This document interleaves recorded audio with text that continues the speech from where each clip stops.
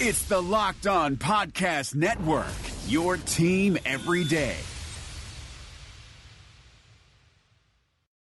This episode is brought to you by Electrify America. Electric cars, they're normal now. Learn more at normalnow.com. Electric cars may seem a little different, but new technology always seems weird at first. Even podcasts seemed weird when they first came out in the early 2000s, and now everyone listens to them. You're listening to one right now, and just like podcasts, electric cars are normal now.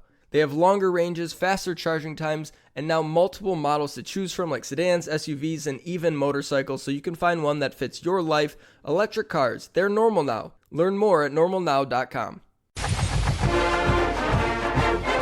This is the Locked On Auburn podcast, your daily Auburn Tigers podcast, presented by Fetch Me Home Delivery. Use promo code FetchMe20 for your first delivery free. They are delivering until 2 a.m. on Friday and Saturday nights / the following day, the morning of the following day. So I know a lot of folks listen to the previous day's show the next day. So for a lot of folks, it'll be tonight, of course, Friday night. So check that out. And, of course, you can get your family meal delivered in less than 40 minutes or less. It's still hot by the time it gets to you. It's fantastic. It's fast. It's quick. It's cheap. It's friendly. So be sure to do all that at fetchmedelivery.com or use the free app at Fetch Me. Just search Fetch Me Auburn, Fetch Me Opelika, or just Fetch Me Delivery. It should all pop up. And use promo code FetchMe20 for your first delivery free. I'm Zach Blackerby, joined by Michael Pappas. Michael, hello, sir. Hey, Zach. How fun was yesterday hanging out with Andy? That was a blast. I had a great time. I like Andy a lot. Yeah, he's a good dude. If you missed that, be sure to listen because it will probably be better than what we do today just because he's really good at what he does, and he had a lot of good things to say for sure. So listen to our conversation with the voice of the Auburn Tigers, Andy Burcham. Starting things off today, I want to give some love to Bo Nix being named SEC Freshman of the Year. You and I were talking about it a little bit yesterday over lunch. We were saying, okay, that's great, but for some reason I was a little surprised by it. But then I started thinking about freshmen throughout the SEC, and it's like, well, maybe he does deserve it. Maybe he does deserve it, and the way he finished in the Iron Bowl with a win, I think that's going to help. I think that's always going to help you, no matter what. Yeah, I was surprised also, and we talked, I think we were at lunch when it happened. Yeah. And we talked about it a little bit. I'm surprised it wasn't Derek Stingley from LSU. I believe he's going to be an All-American, if that list hasn't come out yet. He was a mid-season All-American. He's been incredible this season. And I've got what an Ole Miss beat writer called extremely misleading stats, SEC Freshman of the Year edition. All right. Bo Nix, 222.3 yards per game, 1.8 TDs per game, two-time SEC Freshman of the Week. John Rice Plumlee, 218.1 yards per game, 1.8 TDs per game, three-time SEC Freshman of the Week. How about that? Extremely misleading stat of the week. I guess so. But I mean, you could say this is how it should be or not. And you and I were also having a conversation about like Coach of the Year. So much of it matters by what team you're on and the general success that your team has from a national perspective, or I guess in this case a conference perspective. And so it'd be really tough for an individual to win an award, a yearly award, at Ole Miss or at Mississippi State or at Vanderbilt or at Tennessee. And so Auburn being at the top half, I'd say top quarter of the league, you got a shot. And Bo Nix got better as the year went on. You love to see that. And so I guess the next step for him is for him to kind of gun for a SEC Offensive Player of the Year, see if he can do what Joe Burrow did, next year. That would be insane. I mean, just as far as winning the award. Yeah. This is it's a great honor for Bo, and it's one of those things that you hope will give him some extra drive. Not that I think he needs it or anything, but it's something to build on. Right. And it's positive momentum going into the offseason. And if you were told going into the season that Auburn was going to go 9-3 and freshman quarterback Bo Nix was going to get SEC Freshman of the Year, I think you would take that. Yeah, I would be very happy with that. And then if you added that Auburn won the Iron Bowl in the best college football game of the season, Yeah. I would be almost ecstatic. That's Actually, true. I'd probably be a little disappointed that Auburn lost one of the other games. It's like, who'd they lose Yeah. to? Right. But it's like Florida? What? in one of the 10 questions we did before the season, if I'm not mistaken, I might be misremembering, but you asked me and Painter what stat would be a good measure of a successful season for Bo Nix, and I said 9 wins. And I think the Painter said yards, right? Yeah, Painter said 3,000 yards passing or something. Okay. And I stand by that. I think this was a successful season for Auburn. Did I give you the point? No, you did not. You said wins isn't a quarterback stat. Or Well, something I retroactively give you the point. Thank you. Because I think you had a successful season. But I think this is a successful season for Auburn. I think, it's a successful season for Bo being named top freshman in the SEC, and it's a year that you can definitely build off of. And I know that this, that's not what the Auburn team wanted. It's not what a lot of fans wanted from this season, but when all said and done, Auburn had the second most difficult schedule in terms of opponent win-loss, behind only South Carolina. South Carolina went 4-8, 3-9, and Auburn went 9-3. It's not the most ideal thing. You'd love to go 12-0 every year, but in the grand scheme of things, I think this was a very successful season. You got a chance at double-digit wins. Yeah, no, I agree with you. Hey, this episode is brought to you by Blue Chew. Guys, remember the days when you were always ready to go? Now you can increase your performance and get that extra confidence in bed. Listen up. Chew Blue brings you the first chewable with the same FDA-approved active ingredients as Viagra and Cialis.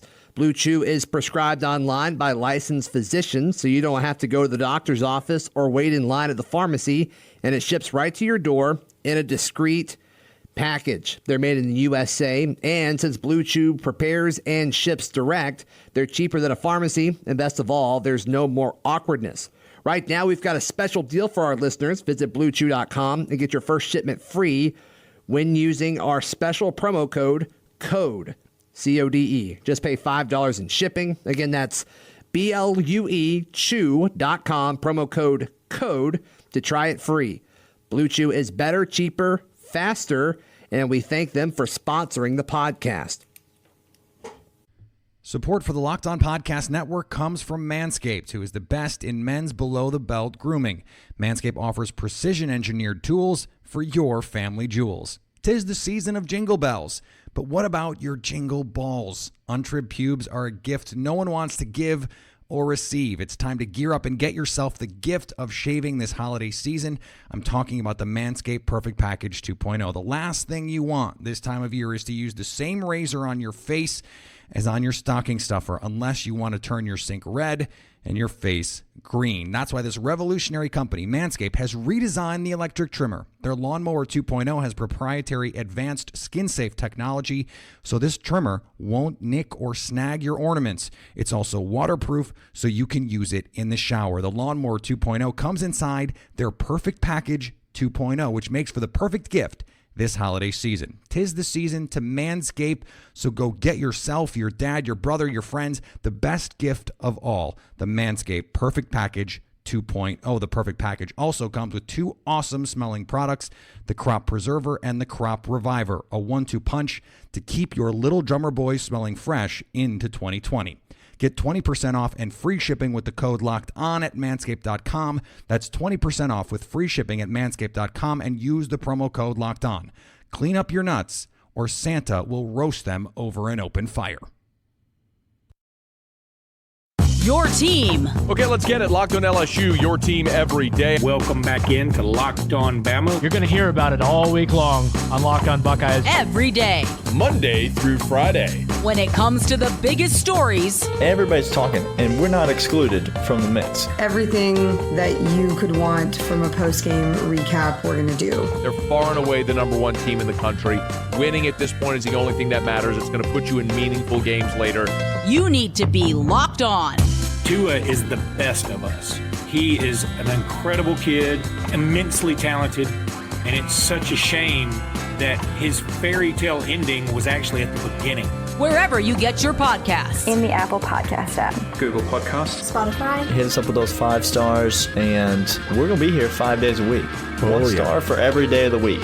Locked On Podcast Network, your team every day. If you want to hear more shows like this, well, just go to LockedOnPodcasts.com. All right, Michael, another yearly award we want to make sure that we get to. Derek Brown was named Defensive Player of the Year in the SEC. Raise your hand if you're shocked. We're both looking around. I don't see any hands up. Props to him for an incredible season. Surprised some folks when he announced to come back, and that's why sometimes it's worth it. I mean, I think he would have been a first-round pick last year. I think he would have been probably mid-20s or so. And he is about to be a very rich man, an extremely, extremely wealthy man playing football at the highest level. And good for Derek Brown. It'll be really interesting to see if he can win the Nagurski or the Bednarik or any of the other defensive awards. I think anytime he is on a list with Chase Young, it's going to be really hard for him. I was going to say, old buddy Chase Young. He's incredible. I see, I really hope he's not just going to clean house on all the defensive line awards because I really hope Derek can win some, but good it's God. Like the year Cam was on all the quarterback awards, there was like 1 or 2 they gave to Kellen Moore that year. And it's like, okay, yeah, he had a good season. Give him some of it. So we'll see. Yeah, maybe. We'll see. Okay. Spread the love a little bit. Because usually, like when a quarterback wins the Heisman, usually they win the Heisman, the Maxwell, and whatever the best, O'Brien. Is that the best quarterback? I think Moore won the O'Brien. I don't think Cam won the O'Brien that year. So he won the Heisman, the best offensive player, but not the best quarterback. If I remember correctly, and I could be wrong, But yeah, props to Derek Brown. All right, let's take a look at some of your emails. You can email the show, lockedonauburn@gmail.com. This question is from Dave. I haven't checked the email in a few weeks. It's probably been about a week. And so a lot of folks that we had a lot of emails about potential offensive coordinator hires, which we talked about. But we've had a great stretch of recording shows. And then breaking news happens. I don't think anything's going to happen after the show today. All right, so Dave says, "Hey guys, thanks for the show. I'm a daily listener here in Texas." Do you want to say anything special to Dave real quick since he's from Texas? I know Dave. Oh. Yeah, we're both from Texas. Okay, gotcha. We know each other. Question. Do you know how medical insurance works for college players if an injury occurs? Is there a difference in how a walk-on is treated or paid versus a star player? I heard Tua was flown by a jet to get treated for his hip injury. Would Alabama foot the bill or the parents? Does medical benefits ever play a role in recruiting? I assume it's a blanket thing that they're going to take care of if you get hurt playing football. Yeah, the walk-ons... Basically, like the walk-ons, my understanding is that a walk-on is treated the same way a football player is, except their tuition is not paid for, and they might not travel with the team to away games. Like if they never play, they won't go to away games. But as far as medical benefits and everything, if they get injured, they get the medical benefits. The Tua got care flighted because they were worried that they might have, they were worried he could lose the leg, right? Yeah, I mean, you always get those crazy things like, oh, he's never going to walk again and stuff like that. But it doesn't seem like it's going to be that bad. It seems like everyone's freaking out for like 2 or 3 hours afterwards. And then everyone's like, oh, he's going to be fine. Yeah. Okay. Which is a good thing. Yeah. Which is a good thing. You'd rather everyone panic for 3 hours and him get the best care. All right, let's go to another quick break. When we come back, another long email from Jay. Once again, email lockedonauburn@gmail.com. If your company is interested in advertising and marketing to men between the ages of 18 and 44, your company should be sponsoring this podcast. Locked On Auburn is listened to by 98% men and 80% between the ages of 18 to 44. So if you want to advertise to male listeners between 18 and 44, this is your chance. Plus, our rates are pretty reasonable. Email me at lockedonauburn@gmail.com to get more information. I look forward to hearing from you. This is Vinny Iyer, host of Locked On Fantasy Football with your Locked On Fantasy Football Edge of the Day. Made it to the semifinals of your league's fantasy football playoffs? Then you've had a great season of lineup decisions. Although you want to stick with some of the most reliable producing players who got you there, trust your gut and follow the best combination of talent personnel matchups, keeping in mind the weather and the trickle-down effects of injuries caused by late-season attrition. Take a little bit more time to examine your own matchup and think about only one thing, how to score a little bit more than your opponent this week. It's all worth it with the stakes raised to the highest in the playoffs. Get the edge in your fantasy football league every day by listening to Locked On Fantasy Football on your preferred podcast provider. Your team. Greetings, 12 Locked On Seahawks podcast. Who Dat family, and welcome into this week's Locked On Saints. Hello to all you Foxborough faithful, Locked On Patriots. Every day. Another Victory Monday. It's officially Throwback Tuesday. Crossover Wednesday episode. Thursday Night Football. It is Red Friday edition. When it comes to the biggest stories. And so the Chiefs news story of today is, unfortunately, at this point in the season, it is continuing to be injuries. You need to be locked on. We've touched about it on this show and all over Twitter and all that. And all of a sudden we have a great football team with a championship defense, a franchise quarterback, a running game that can't be stopped. This is exactly why we watch football. Good quarterbacks are maximized in good systems, and that's exactly what we're seeing with Matt LaFleur and Aaron Rodgers this season. Wherever you get your podcasts. In the Apple Podcast app. Google Podcasts. Spotify. Locked On Podcast Network, your team every day. All right. Jay says, hi, guys. Thanks for reading my too long manifesto on firing Gus the other day. Great timing just before the game where Gus outcoaches the GOAT. Really enjoy the podcast. Let's see here.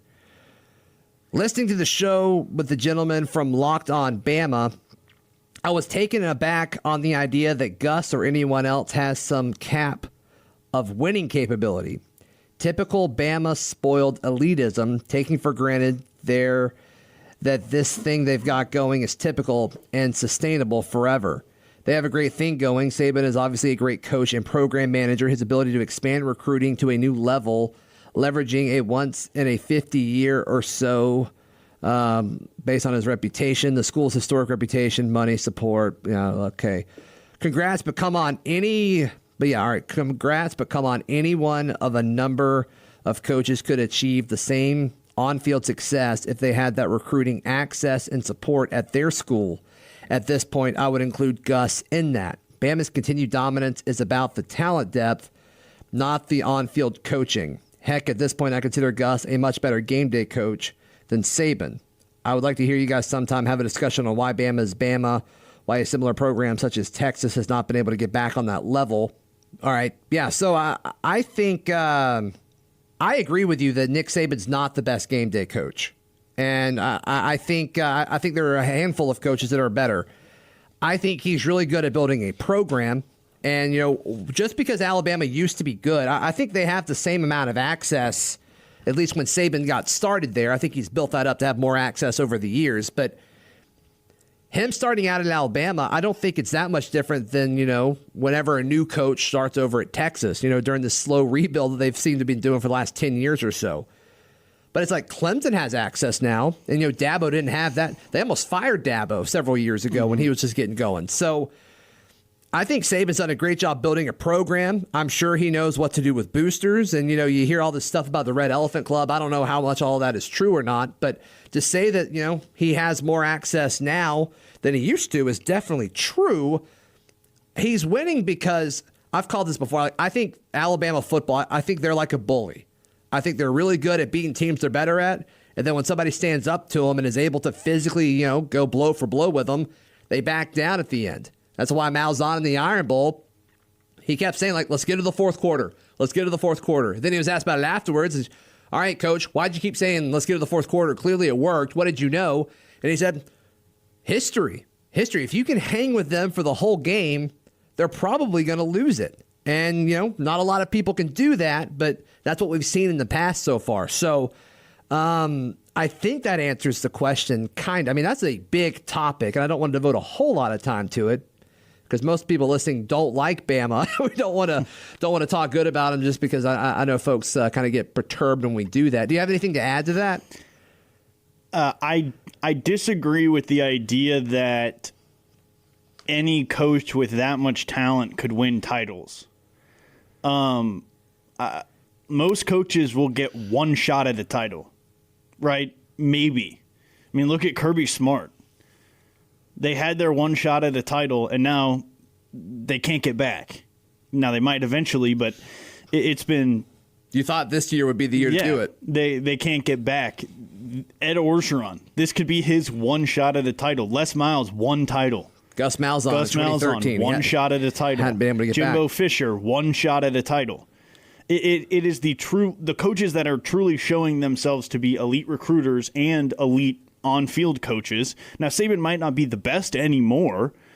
I think you could argue that at one time he was, or at least surrounded himself with enough coaches that were the best, that he did that, that they were able to put together this run they have. But Dabo, Urban Meyer, I'm not convinced Ohio State is just going to run away with this playoff, or LSU is just going to run away with this playoff because of coaching. I trust Dabo Swinney way more than I trust really any of the other three coaches that are in this championship. Sure. Really, in my heart of hearts, I hope Lincoln Riley can step up, but we'll see. Why is that? Just because you want to see Oklahoma go all the way, or? I like Lincoln Riley. I like Oklahoma. I think that they're a fun team. I think Lincoln Riley is building a good program there, is building a contender, and I want him to at least get to the final. Yeah. I want them to get to experience that. All right. And he's gotten close several times. You talk about the one shots there. He hasn't gotten his one shot, though, right? So you're only counting it as if they get to the championship game? Yeah. Okay. I don't think Chris Peterson had a realistic shot at winning a title. Okay, I gotcha. All right, Jackson emails us saying, hey, guys, love the podcast. Are you guys planning on doing a Capital One Media ESPN contest? Keep up with the good work. We can do that. Yeah, I'm in. We can do that. We'll make that sometime today. If everyone wants to lose, to me. Wow. How about that? All right, let's see. We got another email. Hey, Zach, and it has and Michael in parentheses. Woo! I'm in parentheses. This is from Colonel Steve. Oh, my God. This is from Colonel Steve. Shout out to the gloat. All right. Hey, Zach and Michael, enjoyed your podcast today discussing two players leaving the program. All right, so this one's from December 5th, so last week. My younger brother, who lives in Austin, Texas. Shout out. You know him? Yeah, I know him. Yeah, okay. But we're both from Texas. Said that Longhorn boards are mentioning Steele as a potential new DC for Texas. I doubt this, but it may lead to a pay increase for him. Any thoughts about him or any other of our coaches we may lose or get rid of? Thanks, Colonel Steve. I think Auburn's coaching staff is set moving into next year. I think it's going to be really difficult for another school to pay Kevin Steele more money to do the same job. I don't think it's about money. I think the only position that he would have left for was to go home to his alma mater and be the head coach at Tennessee. And they didn't hire him. He went to that interview. They said no. And it looks like now they're kind of making the right decision. But I think that is the only thing that would have pulled him away. I think he is good here. He's mentioned to reporters and such in the past that he wouldn't mind retiring here. He likes it here. And I think with his role, I think he likes that he has autonomy over the defense and has a big say in, who they recruit.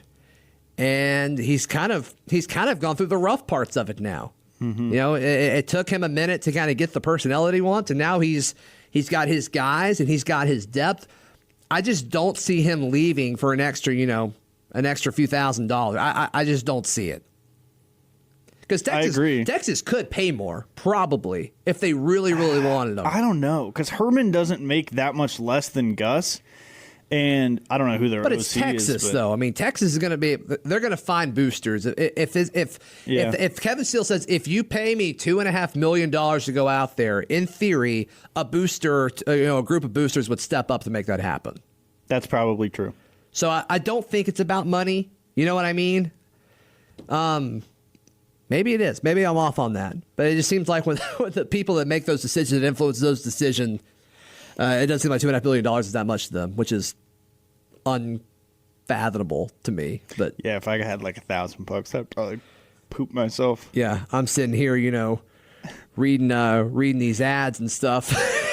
This morning, every time that I go to a fast food place for breakfast, I get 2 meals, so then I can eat one for lunch because the breakfast meals are half the price of the lunch meals. See, I think that's just being responsible. Sometimes you just got to think like a poor person. It's all about the grind, brother. It's all about the grind. We're in local radio. All right, cool. Let's see. We got a few minutes left. You want to do a voicemail? We got a few voicemails, actually. We may have to save some for later in the week. Let's do a voicemail. You can call the voicemail line, the Locked On Auburn podcast voicemail line at 205-502-4285.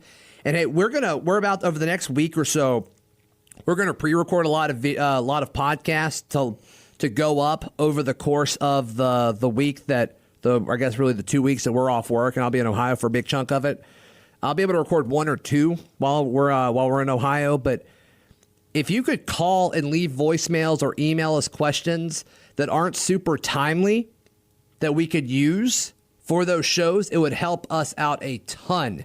So just a quick thought there. We got some stuff planned. We got a few, but we don't have quite enough to cover the whole 2 weeks or whatever. I know that everyone is sitting on. You're probably listening to this right now, thinking to yourself, "But when are the LOAs?"